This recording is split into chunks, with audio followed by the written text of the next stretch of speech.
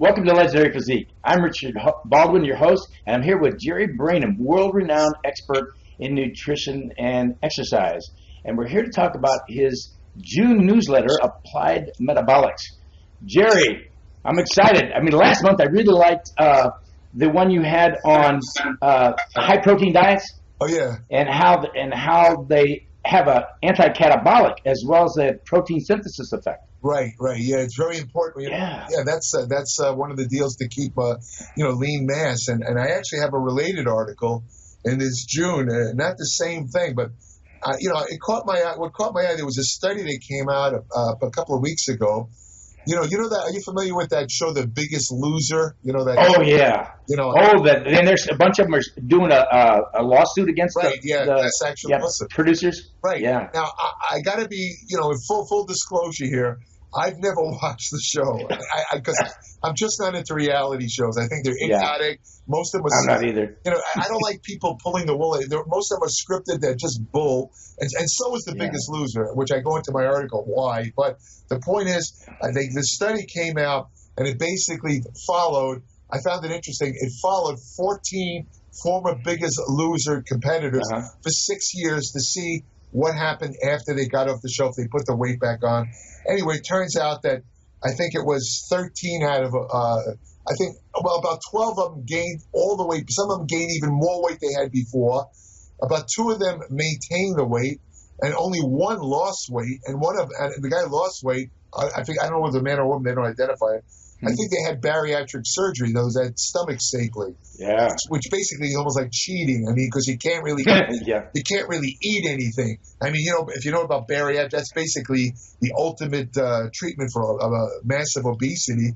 Yeah, radical treatment. Very radical. I mean, they either they remove a large part of your stomach, or they do things where they attach it to the intestine, they shorten it, blah blah blah. Yeah. The thing is, it's extreme because it's for people that cannot diet or exercise, and they absolutely refuse, or whatever the reason.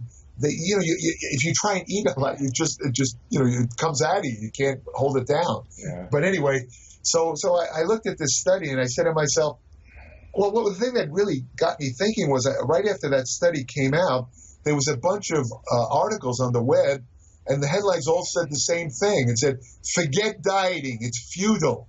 Don't even try to diet." Or they talked about this study. They used it as evidence that here you had these people that all lost massive amounts of weight.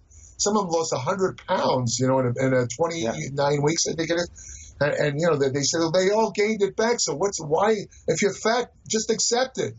And I got very infuriated when I read that because, first of all, to tell people that are obese to just forget about it is like telling them to take a gun and shoot themselves in the head, because obesity is definitely. Let me put it. How many people over 100 do you see that are massively obese? It doesn't. Exactly. How many fat people do you see in the old folks' home? It doesn't. It's like cancer, diabetes. I mean, heart disease. It's just not healthy. It's all related to obesity. It's a systemic inflammation effect. It's very bad. And I said, this just isn't true. These people had to do something wrong.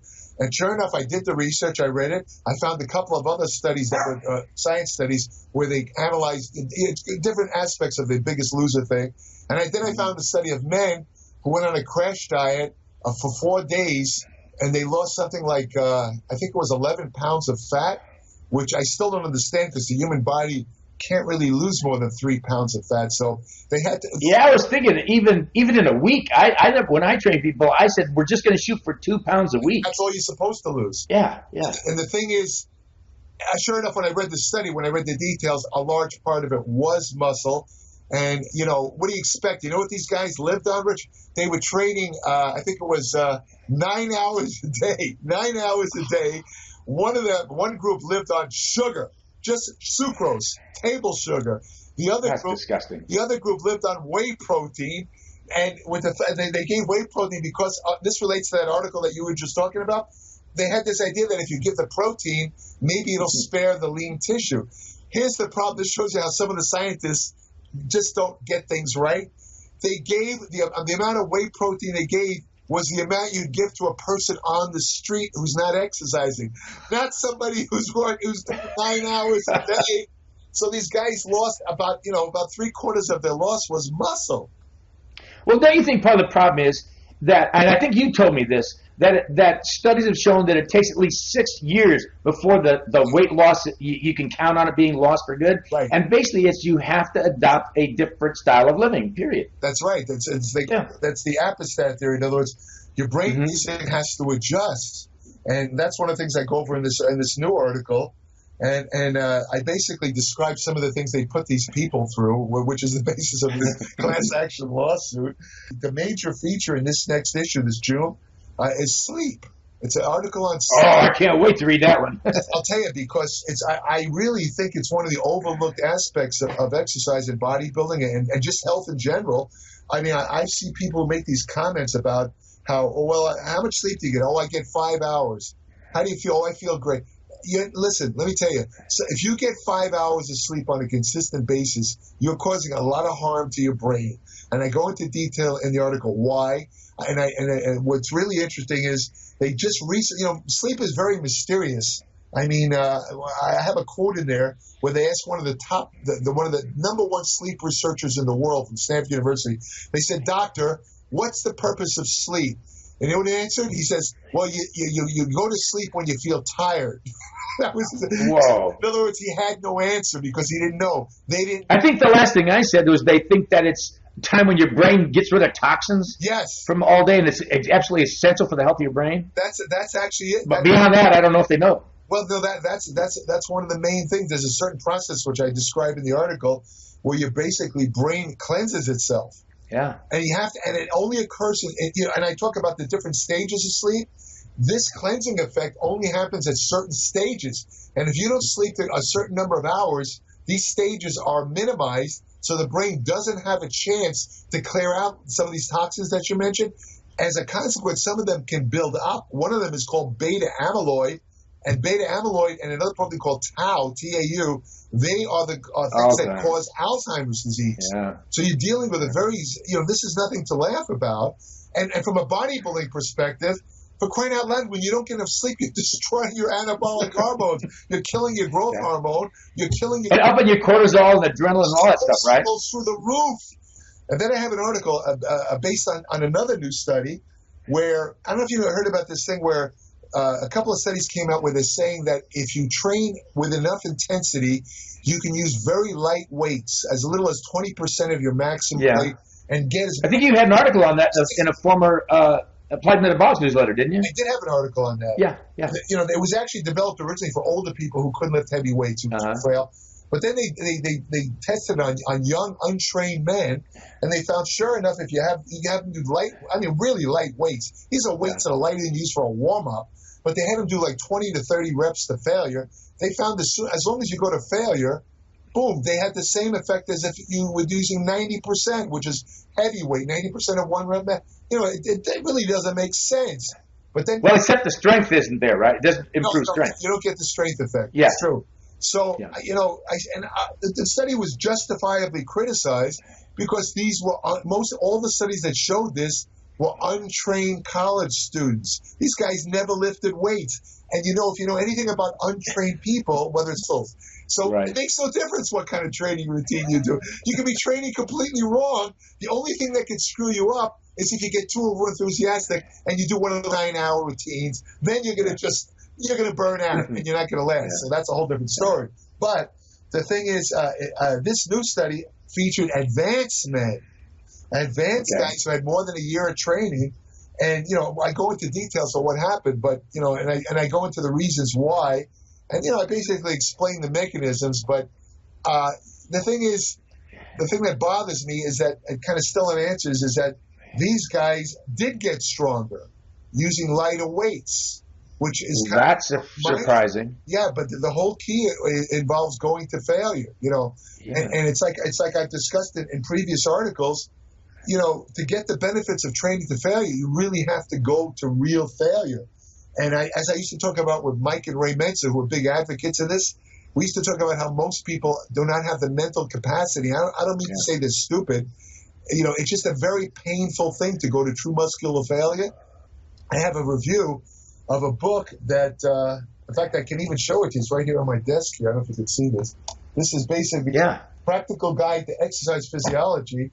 I did a review of this book, and the reason I did it is because over the years, Richard, I've read maybe 20, 25 exercise physiology textbooks. I basically taught myself, and I was online the other day, and I came across a discussion among trainers, and they were saying, most of these personal trainers are undereducated. They screw up their clients because they don't know the science of training. And a couple of these guys actually had doctorates in exercise physiology. Okay. And they were saying that, if you really want to be a good trainer, you got to get an advanced degree. In fact, you should get a doctorate. And I said to myself, do you really need a doctorate in exercise physiology to train people? That's a little bit overkill. Yeah. I mean, because, what can you do with a doctorate in exercise physiology? You can do two things. You can do research, or you could be like yourself. You could be a professor. They're great. If that's what you're into, that's terrific. But do you really need... And I said to myself, but the more a personal trainer or a bodybuilder or anybody in exercise, the more you know about the science of exercise, the less subject you're going to be to all the myths and crap that's on the internet, all the nonsense that's passed around. So I said to myself, I came across this book, and the thing I like about it, it's very, very written in a very simple style. You don't require any science background. It's got beautiful diagrams, everything. By the time you get to the end of the book, you have all you need to know about exercise physiology. You can apply it to your workouts. If you're a trainer, you know the best methods, why, the best ways for clients to lose fat. And I have an excerpt from the book where it talks about, again, related to what we were just saying, about why some people can't lose body fat, even though they seem to be doing everything right. I list the reasons why. So, that's basically the June newsletter. And wow, you got that thing packed with information for all sorts of people. Oh, it's got like 48 pages. It's pure information. Wow. And let me put it this way: every article in there, by the time you finish, you will not really need to read anything else about it. You're going to be an expert on it. Like in the sleep article, everything you need to know about sleep. And by the way, of course, I do include ways to improve your sleep, natural ways, not drugs. A whole bunch of ways of in fact, I actually included my own sleep program. In other words, the supplements that I use, because I do have chronic insomnia, honestly, because of I have join the crowd. Yeah, well, I have to use I have to take asthma drugs. I have to take them at night, and I train at night, and that doesn't help either, because it stimulates your brain. So I have to use a couple of supplements to help me sleep. Otherwise, I'd be up. Or I'd be dead, because I'd be one of those people that never gets to sleep. I'd probably get a heart attack or something, So, but I found a couple of supplements that actually work extremely well. They help put you to sleep. There's no grogginess, and they actually increase your intelligence rather than make you stupid in the morning. So it's all right. That sounds like a plan. Yeah, it's good stuff. All right. Well, Jerry, it was great talking to you. Looks like another great newsletter. Can't wait to read all that stuff myself. Yeah. Thanks a lot. Great to see you. Good to see you, Richard. All right. Bye-bye. Bye-bye.